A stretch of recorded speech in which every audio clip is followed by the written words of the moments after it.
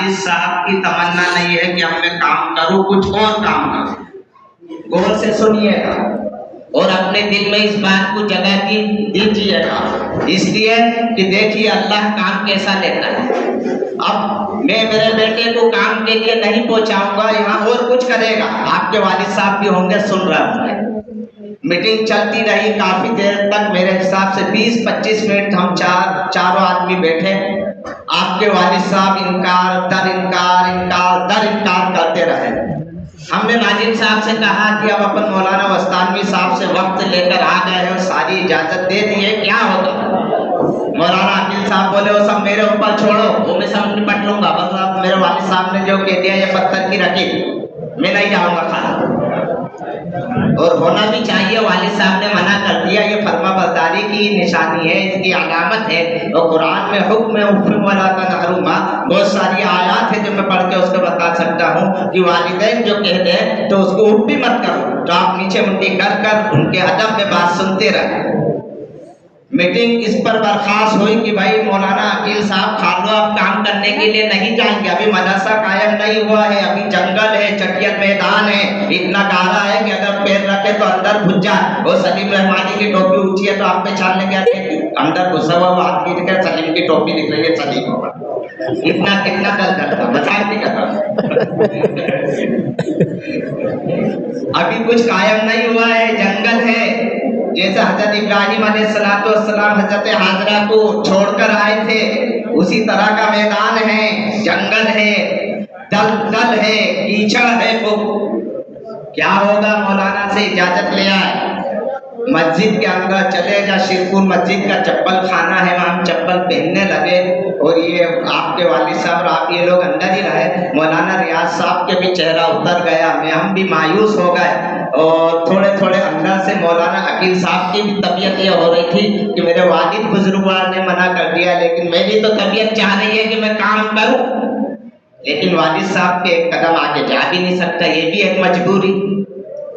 کیا کریں؟ چپل پہننے لگے، میں نے سیدھا پیر کا چپل پہنا، مولانا ریاض صاحب نے ابھی چپلوں میں پیر نہیں ڈالے. کہتے یار بھائی کچھ اور چل، کوشش کر، محنت کر. تو ہو سکتا ہوں مولانا تو تیار ہے، لیکن ان کے والد صاحب کے احترام میں ادب میں وہ کچھ بول نہیں پا رہا ہے. لیکن ان کی آنکھیں اس بات کی گواہی دے رہی ہے، چہرہ اس بات پہ اوپر آمادہ ہے کہ مجھے کام کرنا چاہیے.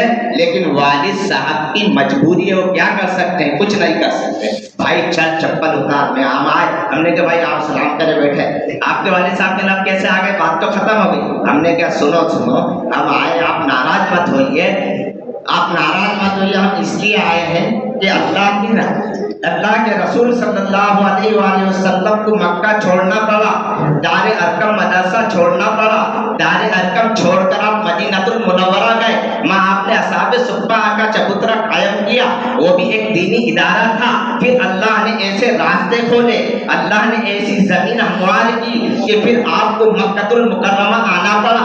آپ جب مکہ المکرمہ آئے، ساری تلواریں گر گئی، سارے نشے جتنے نشے بھی تھے وہ سب بھاگ گئے. سب کو یہ خیال تھا کہ اب ہمارا کیا ہوگا. آقا صلی اللہ علیہ وسلم نے فرمایا تھا اس وقت اليوم ملحمہ، کہ آج رحم کا دن ہے، آج کا قتل کا قتال کا دن، کا جنگ و جدال کا دن نہیں ہے، آج رحم کرنے کا دن ہے.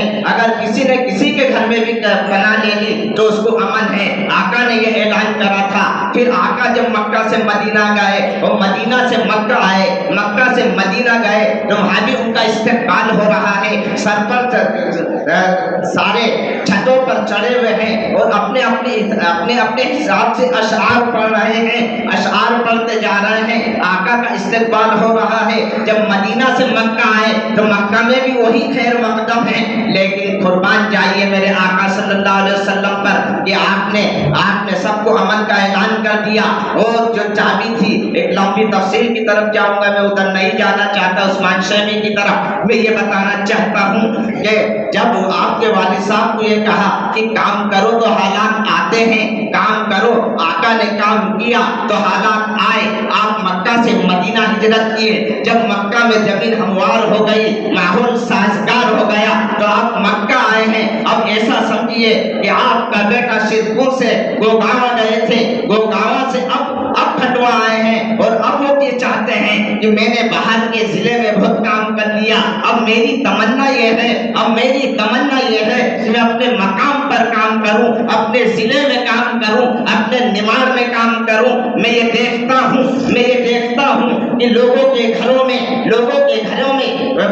مورتیوں کی تصاویر ہیں، وہ اس کی پوجا کرتے ہیں۔ میں یہ دیکھتا ہوں کہ اس علاقے میں ناگ پنچمی آتی ہے تو لوگ توا نہیں چڑھاتے، دال باٹی بناتے ہیں، کیونکہ غیروں کا عقیدہ یہ ہے کہ اس دن لوہے کو ہاتھ نہیں لگانا۔ جب ایسا شرک ہو رہا ہو تو اب میں شرک سے میری قوم کو، میری برادری کو، میرے بھائیوں کو، ملت اسلامیہ کو روکوں گا، اور روک کر اب جو میں اس طریقے سے کام کروں گا۔ یہ ساری مثالیں دی، کہیں حضرت ابراہیم علیہ السلام کی، تو کہیں آقا کی، مکہ سے مدینہ کی ہجرت کی، یہ ساری تو آپ کے والد بزرگوار کا دل نرم ہو کر کہا کہ ٹھیک ہے، اب کچھ ہی ہو جائے، اب چاہے میرے بیٹے کی لاش آئے شیرپور میں، لیکن اب کام کرے گا، مدرسہ میں جائے گا، مدرسہ سمجھ یا قائم کرے گا۔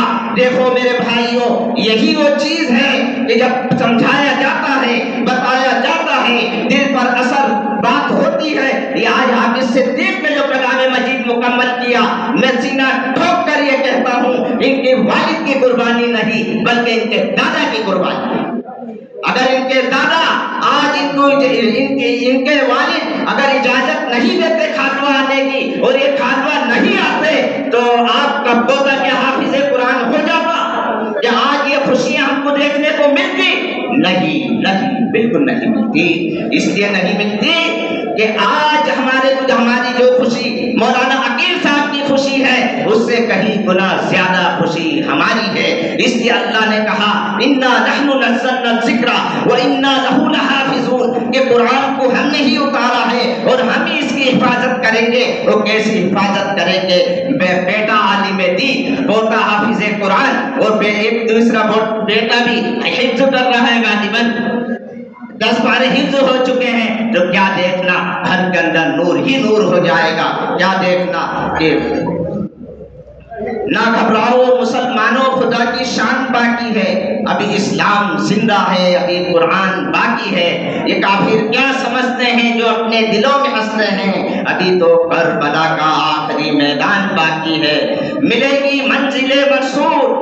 ہم یہ ایمان رکھتے ہیں، ہم اپنی رہنمائی کے لیے قرآن رکھتے ہیں، دین و ایمان کی قرآن کی حفاظت کے لیے، دین و ایمان کی قرآن کی حفاظت کے لیے ہم تو تیار ہیں ہر وقت شہادت کے لیے۔ اللہ تعالیٰ کہیں سنی باتوں پر عمل کرنے کی توفیق عطا فرمائے، اور کسی کے والد مولانا عقیل صاحب جیسے والد ہوں کہ جو دینی کام پر یہ اتنا بڑا فیصلہ لیا۔ یہ اثر بات کی بات تھی، اس لیے میں نے کہا کہ اثر بات چل کر شیرپور کی جو مسجد میں میٹنگ ہوئی تھی ہماری، وہ اثر کے بعد ہی سنایا جائے تو اچھا ہوگا، اس لیے میں آیا۔ ناظم صاحب کی